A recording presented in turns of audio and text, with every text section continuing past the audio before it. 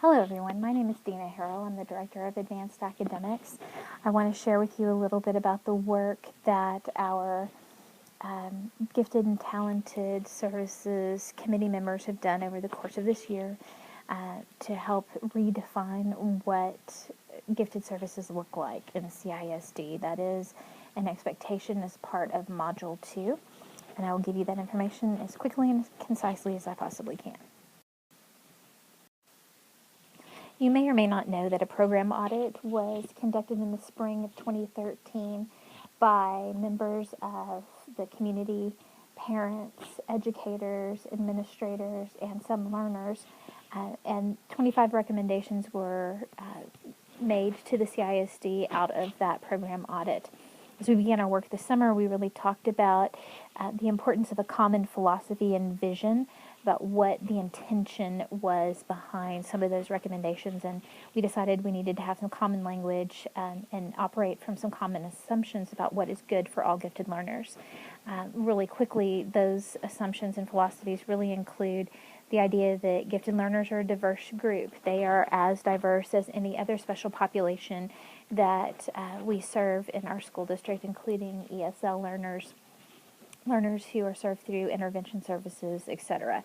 Their gifts manifest themselves in different ways, and that it's essential that we differentiate our services for those learners. In other words, we cannot treat them as though they're all the same and have a one-size-fits-all service model for them. So we broadened what we are currently doing and have established a continuum of services in gifted education in order to meet those learners' needs.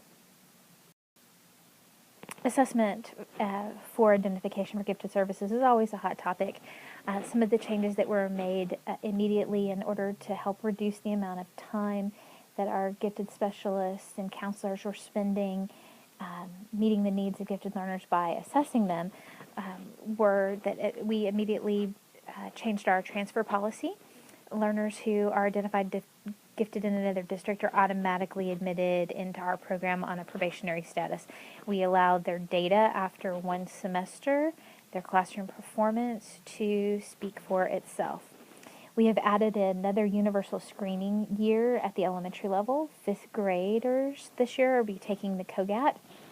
That does not change our practice of universally screening at kindergarten and 3rd grade for giftedness. We just added an additional year. A question that has been coming up in regards to that additional assessment is it possible that a learner would unqualify for services based on their data and or at least based on their COGAT test? And the answer to that is no, we do not ungift you. However, we may change the services we're providing based on a change in your need. Accommodations for gifted learners are being kept at the elementary level in green folders, and service decisions are made on at least 3 data points. This goes back to the state plan. A combination of qualitative and quantitative data points are being used to make service decisions for gifted learners. Back to that assumption of not treating all gifted learners as though they're exactly the same. At the elementary level, one of the things that we have implemented is the tiering of our services. This models or mirrors the RTI process in many ways. Tier 1 is differentiation for everyone. Learners are not necessarily identified GT at Tier 1. At Tier 2, learners are identified GT and they are cluster grouped. To explain that practice a little bit, cluster grouping is a method of providing the classroom educator with the opportunity to differentiate for similar groups instead of putting the whole gamut of learning interests, aptitudes, and abilities into one classroom. So we've been doing this for quite a few years. Learners are cluster grouped in groups of 4 to 8 in classrooms with an educator that has received their 30 hours or is in the process of receiving them. And that educator has the support of the GT specialist to help design learning.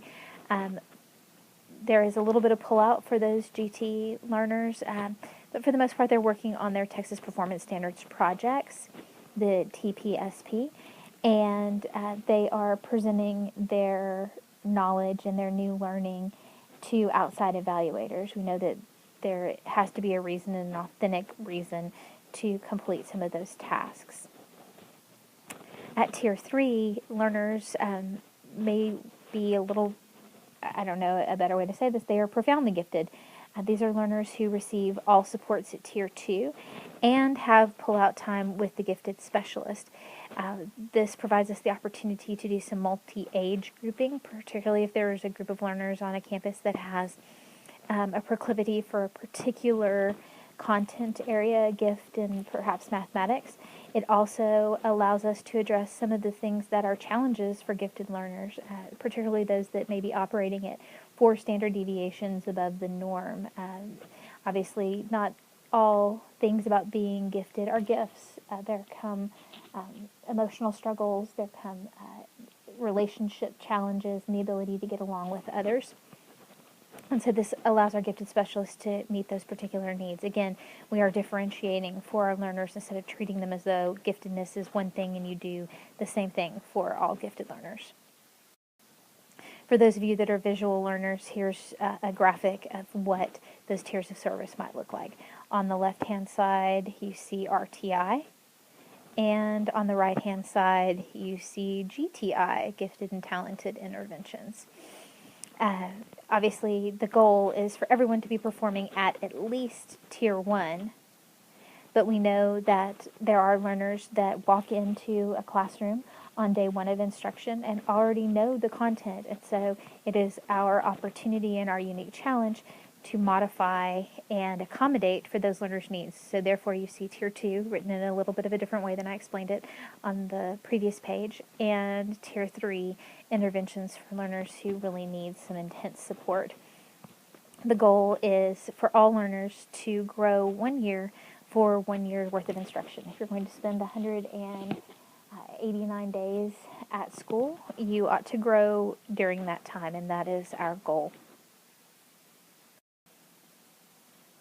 The curriculum audit, the program audit was completed in the late spring, and therefore all secondary course catalogs were out, enrollment had already taken place, registration was ongoing, and it wasn't the time to make changes. However, we do have a couple of things that we're looking at for the 2013-2014 academic year.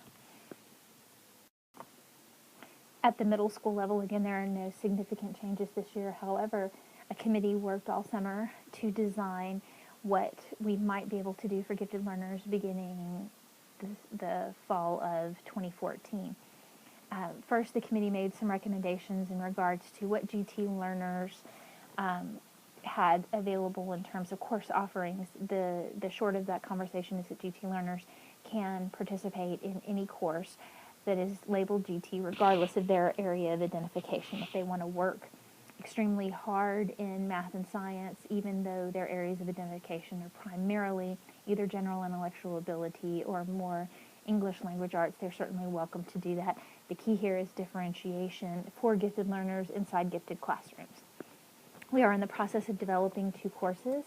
With the advent of House Bill 5, some of those planning meetings are on hold until we can, until we know what our foundational program is and how those things might affect the creation of 2 elective courses. However, at 7th grade, it is our intention to provide a survey course where learners can take a deep dive into the 4 core content areas, and then have a 6 weeks devoted to leadership or the fine arts.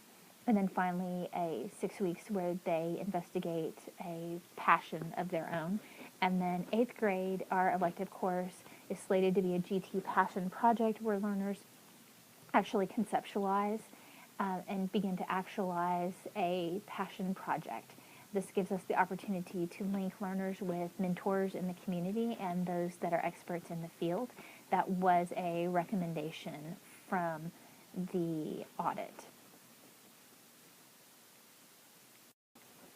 At Coppell High School, there were no changes implemented for 13-14 school year. However, at Coppell High School, we are working right now to define and articulate what the curriculum for a GT course is.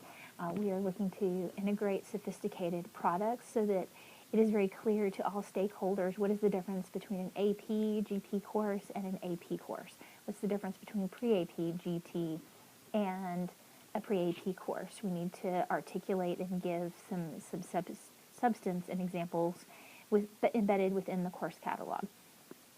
Again, the committee that worked this summer recommended that ninth graders explore GT courses regardless of their area of identification, but in deviating from previous conversation, the gifted action team did say that between 10th and 12th grade, learners really do need to focus on the courses in which their area of identification is. That's still up for discussion. However, there's reason to believe that after learners are conferencing about their data over the course of several years, they would really self-select environments that meet their needs, the pacing being appropriate, and their level of challenge being appropriate. NTHC and the CHS academies provide a unique opportunity for educators to design differentiation for learners who are identified gifted. At this time, the group that was working this summer began to craft a menu of grouping and other differentiation strategies to be used in those unique instructional environments. We'll begin implementing that in the spring to see how well it works with our gifted learners. Professional development is a huge part of our plan. Obviously, you are participating in this 30-hour professional learning in a blended format so that we can better equip our educators to recognize and understand the unique learning needs of gifted students. We need to create a system for tracking those that have already participated in the training. It is a state requirement that we do so. You guys are familiar with the state plan, so you understand the significance of that. Counselors and administrators, we need to have a system where they receive their 6-hour update, and right now those are being embedded into their meetings. Specific training is being offered at the elementary level at both the campus and district level to support those cluster educators who have the opportunity to differentiate for their learners perhaps more than they have in the past. They also have support, but there are some questions that we need to help them answer, including how to assess for mastery perhaps before the actual instruction has occurred. We are partnering with Intervention Services this year to provide some training on learners who are twice exceptional.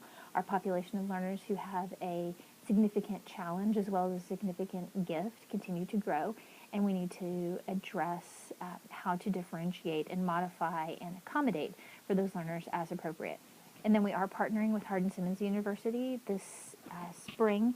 If you're interested in pursuing an advanced degree in gifted education, they will be providing courses for our instructional staff here in the district. Communication is obviously a big part of what we're doing to make sure everyone understands the changes that have been made and those that are coming. The Coppell Gifted Association, the parent group, has been a wonderful support to us this summer as we've continued to work through the recommendations made by the audit. We have rebranded Challenge at the elementary level to Gifted and Talented Interventions. The word interventions does seem to have a little bit of baggage. However, we believe that we truly do have to accommodate and in some cases modify the instruction for our gifted learners in order to meet their needs, and therefore we're sticking to it. We are building a district-wide database of outside evaluators so that educators at all campuses can access specialists in fields. And then House Bill 5 does require the creation of an advisory panel for our gifted program. Some of the big ideas. Really, we have a mindset in the community that if I just keep testing my learner, they will eventually get into the GT program. I really want to change the mindset that this isn't a program, but it is a continuum of services. When a learner has an identified need, it is our responsibility as professional educators to meet that need. And therefore, we look at what is the best placement in the continuum of services to be able to do that. At the elementary level, making sure that parents and all stakeholders understand that less space time with the gifted specialist doesn't mean that those learners are not getting the same service. As a matter of fact, they're getting more service than they ever did before because their gifted specialists are collaborating with the classroom educators. They now have time to do that. And there's still a lot of work to do. We've got a long list of changes we need to make in order to better serve our most able learners. Thank you for participating in this blended learning opportunity. I would be interested in your feedback, and we'll be sending out a survey. So thank you for all that you do to help meet the needs of our gifted learners.